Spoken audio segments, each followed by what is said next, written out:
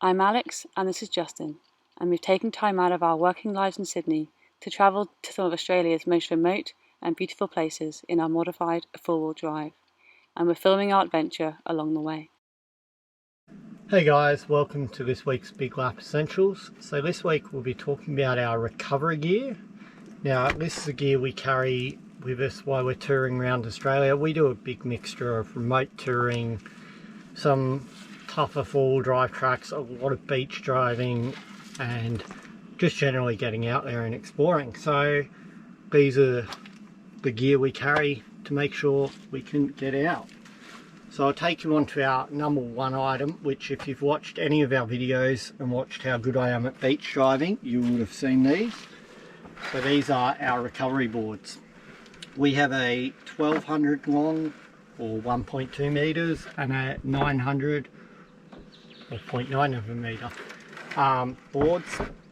One are treads, one are dune or something, and they service two purposes. So we use them a lot to get when we get stuck at the beach, in the mud, lots of other times. And we also use them to level the car because we sleep in the rooftop tent. We find they're a great leveling block and you can have a better night's sleep. So they're probably our number one thing that we think everybody should carry, and we did set off with 2 of them, but we would recommend carrying 4, even if it's the shorter one, just because when you're really stuck down the soft sand, you want all the traction you can get. Why I'm up this high, I'll go into my shovel.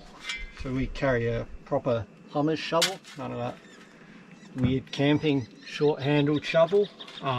It's good for track building if the road's washed away a bit and you just want to make it a bit easier to get your vehicle through. We use that, or if you need to go to the toilet, good shovel. So then we'll go into the recovery gear. Now this recovery gear, we bought it when we were back in Sydney. We did a fair bit of four-wheel driving on the weekends and whatnot, and I just went out and bought a King's recovery gear kit. So it comes with a snatch strap, a winch extension, a tree trunk protector, a snatch block / hammer, and 2 bow shackles. With this gear, it is very important to carry it, but it depends. If you're going away and you don't have a winch, you definitely don't need those 2. And if you're going away on your own a lot, the snatch strap might not help you out of a lot of situations, but if you can fit it in your car, if somebody goes past, at least they have a way to pull you out, or if you need to help somebody else, you can do that. So I would definitely always carry a snatch strap in the car because they're a good thing. And then, as with any four-wheel drive, once you modify them and lift them, the factory jack is absolutely useless. So we just upgraded to a 4-ton bottle jack, and whether that's tools or spares or not, or recovery gear, is up to you guys in the comments to debate about. We've also done a video on tools and spares, which we'll link above, below, somewhere in a corner. And yeah, that was just all tools and spares we carried, if you're curious about that. Then I go on to one of the last things, which is our air compressor. We've just got a XTM air compressor from BCF, and a separate tyre gauge just so we can get the accurate tyre pressures, because I often find these inline gauges aren't the most accurate, so we carry that spare one. Then on the other hand, we've got the winch. So we fitted a King's Dominator something winch. Now what we've done is we've just snugly hid that behind the num plate with me dodgy hinges. The winch, it depends what you want to do. If you're just going up beaches, you're going up main roads, you're going to the Instagram sites of Australia, you probably don't need a winch.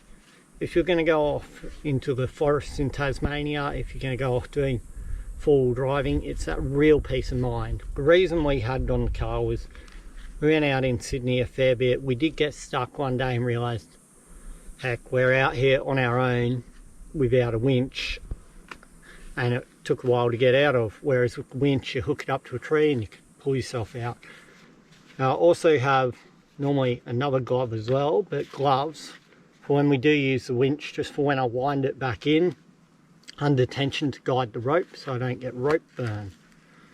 So that pretty much brings to an end all our recovery gear.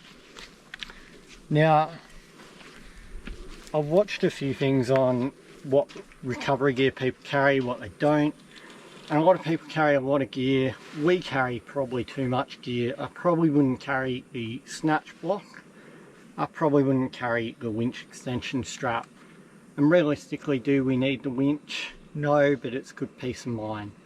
So these are all just things that you have to think about in that balance between preparedness, weight, and buying too much crap that you don't need. So that's our basic guide on our recovery gear. Hope you guys enjoyed it. Please like and subscribe.